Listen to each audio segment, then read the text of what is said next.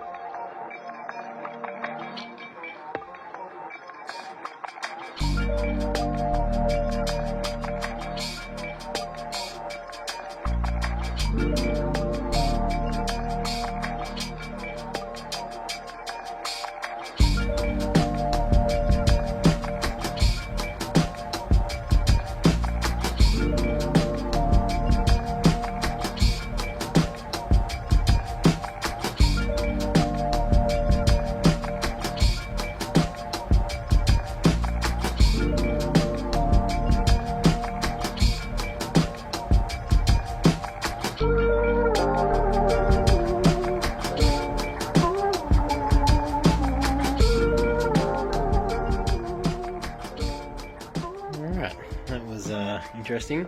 Looks like a homemade bomb a bit. We've got the intake pipe here, 10 meters, way too long. Cut that down later. Going into the pump. Got a little loop going back to the heater itself. I'll just put an Anderson plug for power at the top with a on-off switch below. So this should be pretty neat. Hopefully we'll give it a test out and see if it actually pumps water.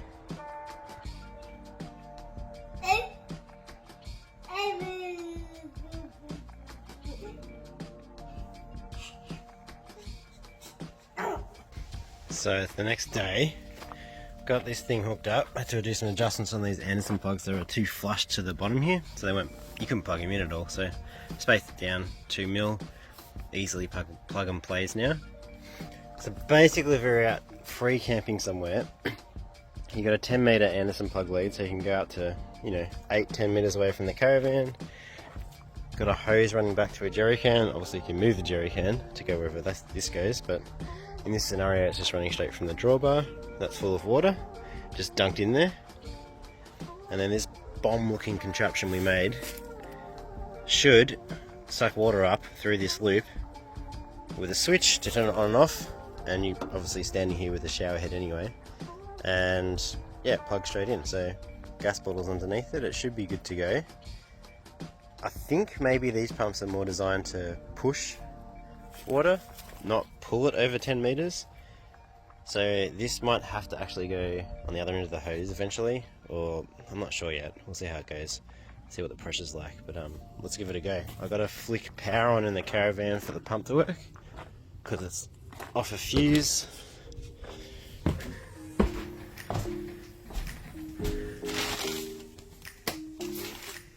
Let's turn him off, I don't need him. Battery's 12.6. 12.6, it's not awesome. It's a pretty average day there. I used it pretty heavily last night. I tested the heater out and doing some wiring, so it's probably down a bit. And then this guy should be good to go.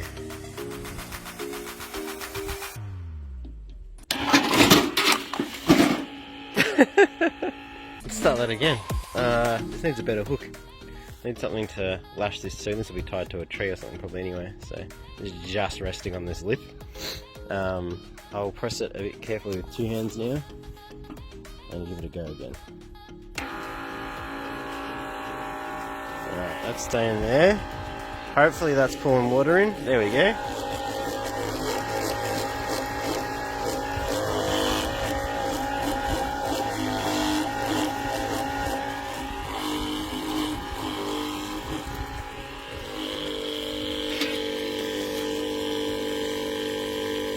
That's pretty solid. No air bubbles now.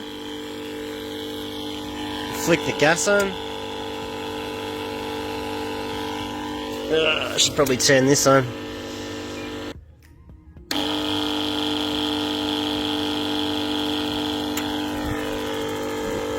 go. Probably a correct order to do that in. We'll see how it goes. 37, 38, 40 degrees. Yeah, that's pretty hot. So we've got a working shower at 50 degrees. We can turn that down a bit, but that's pretty cool. That works alright.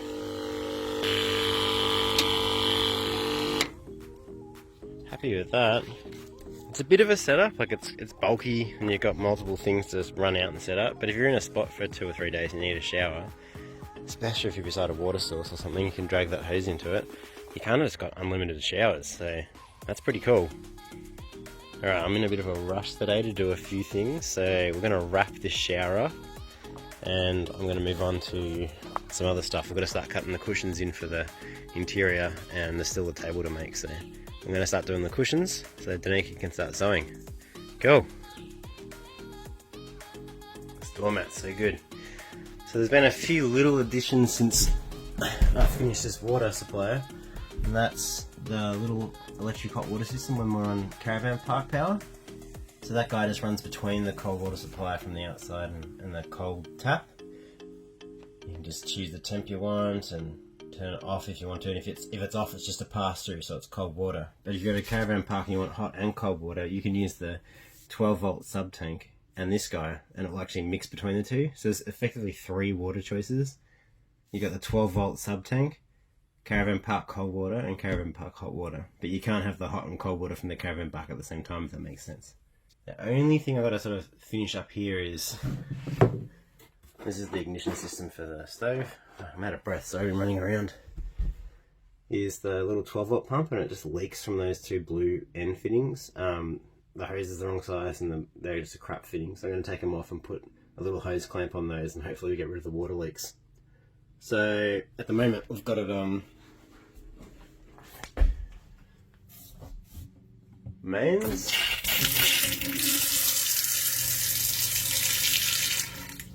and then if we go down here, turn him on, he just heats up for 8 litres or whatever it is in there. So you don't get continuous instant, but you get a pretty good supply of hot water, enough to wash up. So this guy, the 12 volt power, which I'll show you quickly.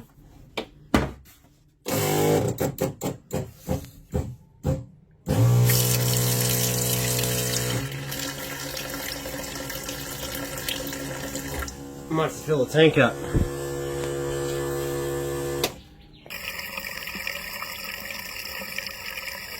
Cool, 12 volt sub tanks filled up, so this should be a bit nicer.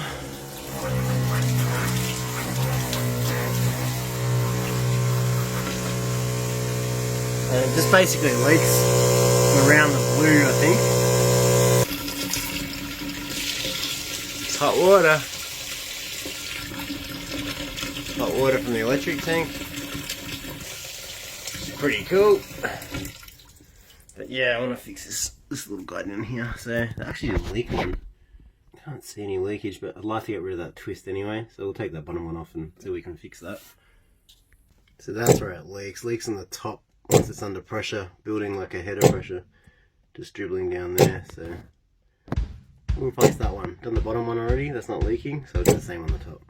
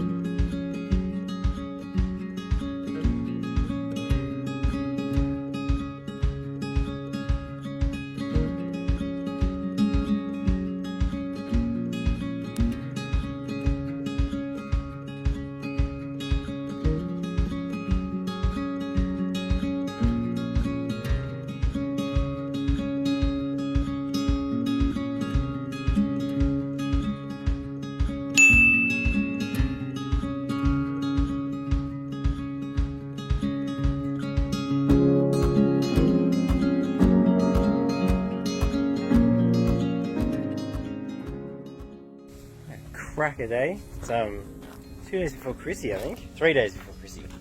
And I'm in a mad rush. We both are to get this thing done because it's been a little bit between videos, but it's looking pretty swish. It's got a few little teething problems I've got to iron out with the solar. But basically just an update. So here it is. Bed's in, I think, since last time we were looking at it. And I've done a few little changes with the solar. Everything's working here really well, but it was never charging the battery properly, and I mentioned that last time. It was just sitting at about 12.6, and the moment you connected anything up to it, it just dropped voltage and died. It was on the 20% battery or something. You can see here now, we're finally up where it should be for an AGM battery. Get in there, 14.9, so she's charging now, which is great because it's taken me weeks to figure out what's going on. I still don't really know, but I know how to fix it sort of to get it charging at the moment. And what was really going on is this guy was putting out maybe 12.5 volts, so the battery was just staying at like 25%, and I was disconnecting everything and figuring out what was going on with it, and it just wasn't changing it. And then the one thing I didn't disconnect was the car input, because when the car was connected it was going to 14 volts, but when the car's not connected there's some sort of short or drain on this line under the Caravan. So I just flipped the blade fuse out, and immediately this starts cranking up to 14.8, which is what it should be on a dead flat battery for an AGM. So with that AGM lead connected for the C-Tech, I've got a smart altmeter in the car, but we're not really, well, I haven't run the positive from that yet, so I should really hook that up. But at the moment just AGM hookups to the negative of the battery. It was to the chassis of the Caravan, but the chassis of the Caravan is not earth when it's not plugged in, so that wasn't flipping the voltage up to 4.8, it was only at 4.4. So happy to answer any questions about this stuff if anyone else has got a C-Tech 250 SA, but because there's not many videos on them how to wire them up properly. There's people running them successfully, but if you have little teething problems like I did, it takes a bit of time to do it and get it working right. But we're all cranking through now. I've just got to trace this back and find out where it's shorting or what the leak is. I don't know why it does that. It's probably going up to the existing wiring for the lights, I think. This, because of the blade fuse out. I'm not sure if the lights work.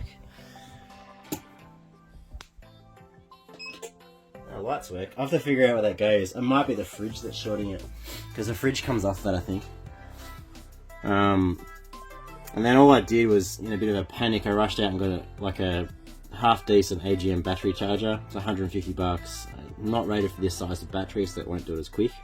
But you can select the battery type, and it definitely does AGM. It's like 7.5 amps at 7.5 amps at slow charge. No, at the fast charge, and 3.5 or 3 for the slow charge. So it's doing a bit. I mean, this is probably doing not quite that, but close to it as well on a full sunny day like today, which is why we're at 14.9. So this should be charged today just from the solar. So I haven't actually used this yet, just tested it. It's just sitting here loose. We just plug that into one of the Caravan outlets, and if we're like, a couple of days of cloud, if you're just copping like a really bad run of weather, it's not charging from the solar, and you're going to free camp the next night, you just connect that guy into the socket. And I've left the terminals on here, so you can just plug this into the lead, and away you go. It's got a 9-stage charger. It'll resurrect dead batteries. It'll float them when we're not using it for 6 months or something, and keep it all healthy.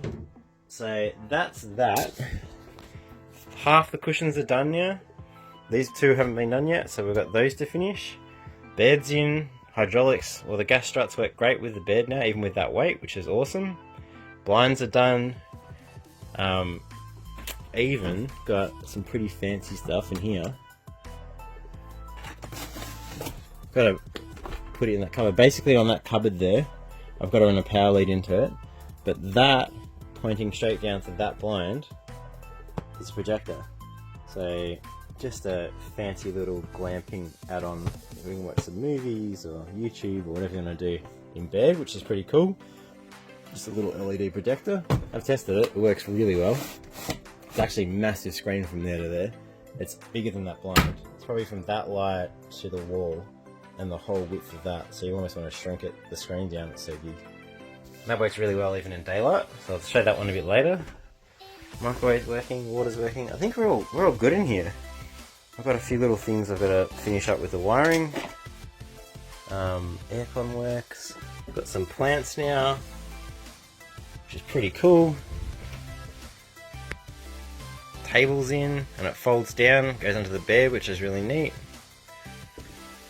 Yeah, I've got the carbon monoxide and a smoke sensor, so if you're cooking in here or there's a gas leak, it'll tell you, so that's pretty cool. Peak level. Yeah, haven't had 1 milligram per million, particles per million. Haven't had 1, whatever it's running. So yeah, just doing some organising of the stuff in here. Just got a whole lot of stuff to bring in. We opened the fridge up the other day, and what it did is it's so sticky it's pulling the seal out, which is really annoying because it's a huge pain in the ass to get that back in. So what I might do, let's pull it out here too.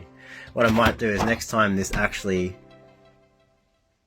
have some time, I'm going to pull this door off, put the seal back in, and I'll screw through the plastic to the back part of the seal so it can't pull again. It's just really sticky on the painted surface, so I know I said I'd let it dry, I wouldn't ever do that again. It's done it again, so pretty over that. So I'll screw that in so it doesn't do it. And I was going to put a barrel lock in there, but this little guy is just as neat. If you close it down and you put just like a little pin into the fridge, that locks it. No movement, it doesn't rattle, seals. So that's our lock for the travelling purposes of this trip. The other thing on the outside here, which is so glary today, it's like 42 degrees on Friday, now it's like 20, so I can't even see anything in that caravan. Instead of me squinting, I'll show you. The other thing we do is do a little reverse camera up. So this guy just picks up power from the brake light when the car's plugged in, and just sends a wireless signal to a screen in the Prado.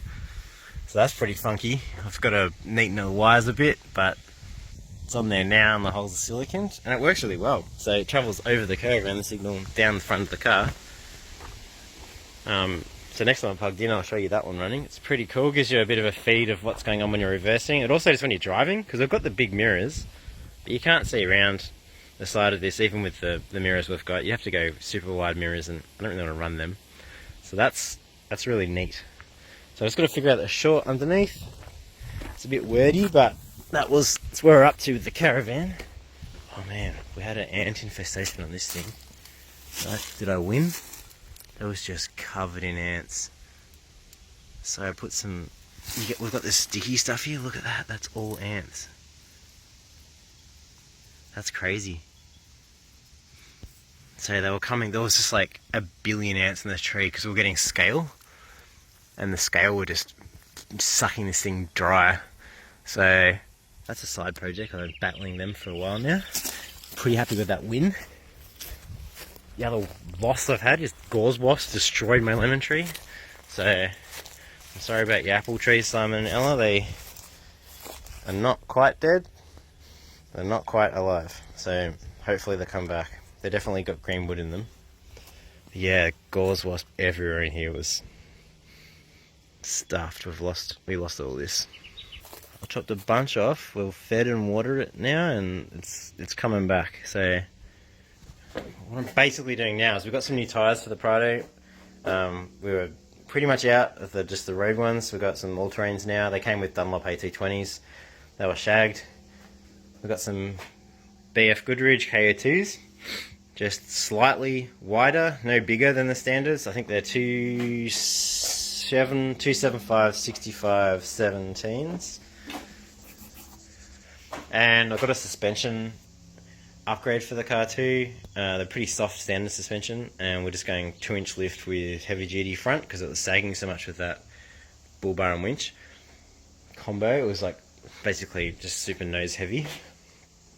So I'm going to be doing that today. Hopefully get it all done.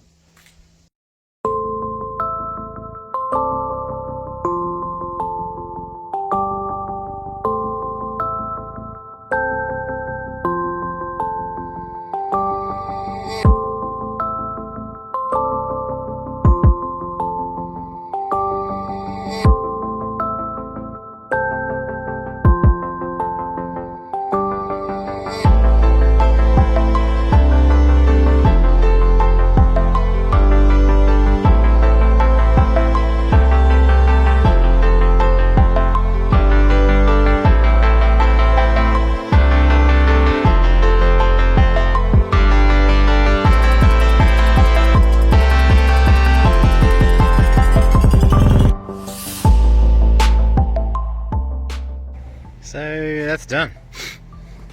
The back wasn't anywhere near what the fronts were, just a bit hard to wrangle the springs and the shocks in. I've left this tyre carrier off. It does fit with it on 275, but I've just left it off. It's just easier to get to, and I kind of like the look of it. So yeah, the back ones here, you don't have to do anything fancy. You really just got to drop the diff down, so jack it up off the chassis rails at the rear. This shocker that you've under that top nut and the bottom one just comes out, and of its own accord really. And then the springs at the back, you just need to get the spring compressors onto those to wedge them in and out. And I used a little bottle jack between the bump stop and the diff there, just to lower the diff a bit.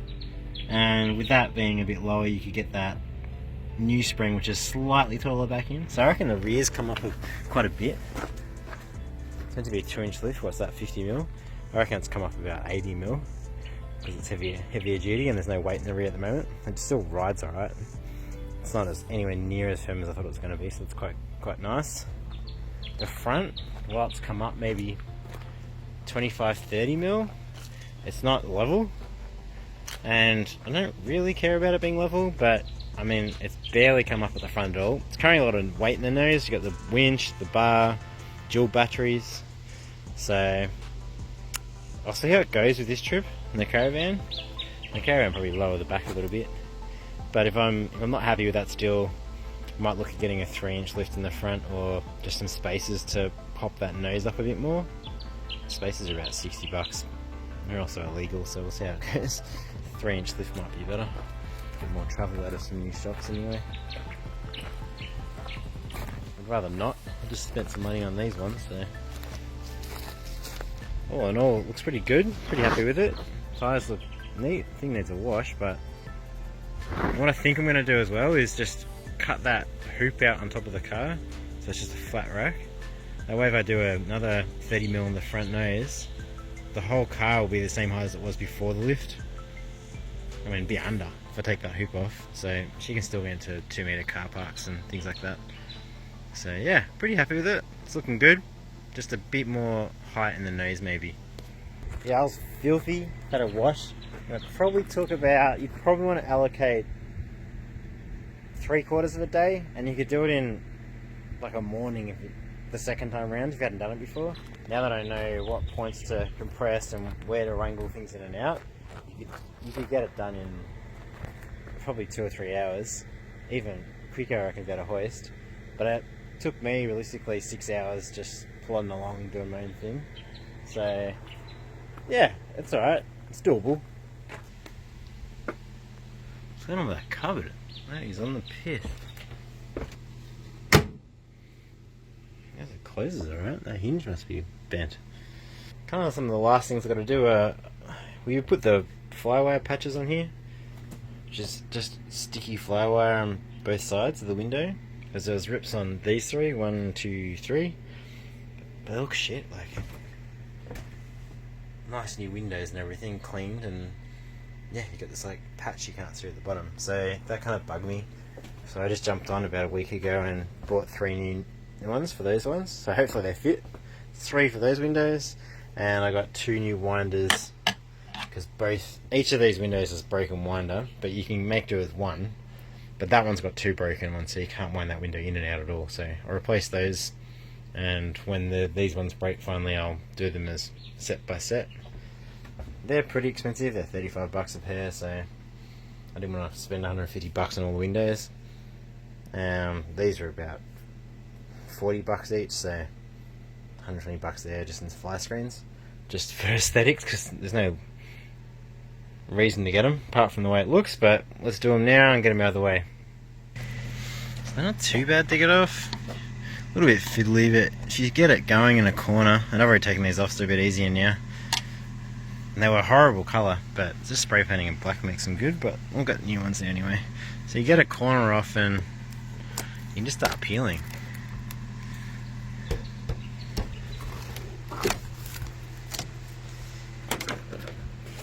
I should be careful with it in case our new ones are the wrong size. And that's pretty much it. Put him there, just for now. And we'll try the new one. I don't have a camera holder down here, but see how we go.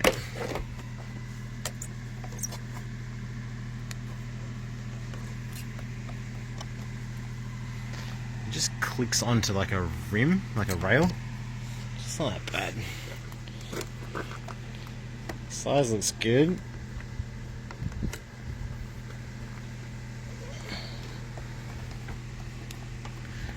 Uh-oh.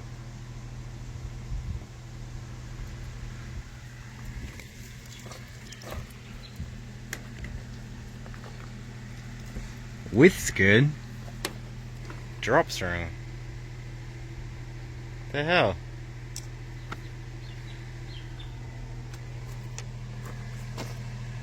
I'm gonna measure that. I'm pretty sure I did it right.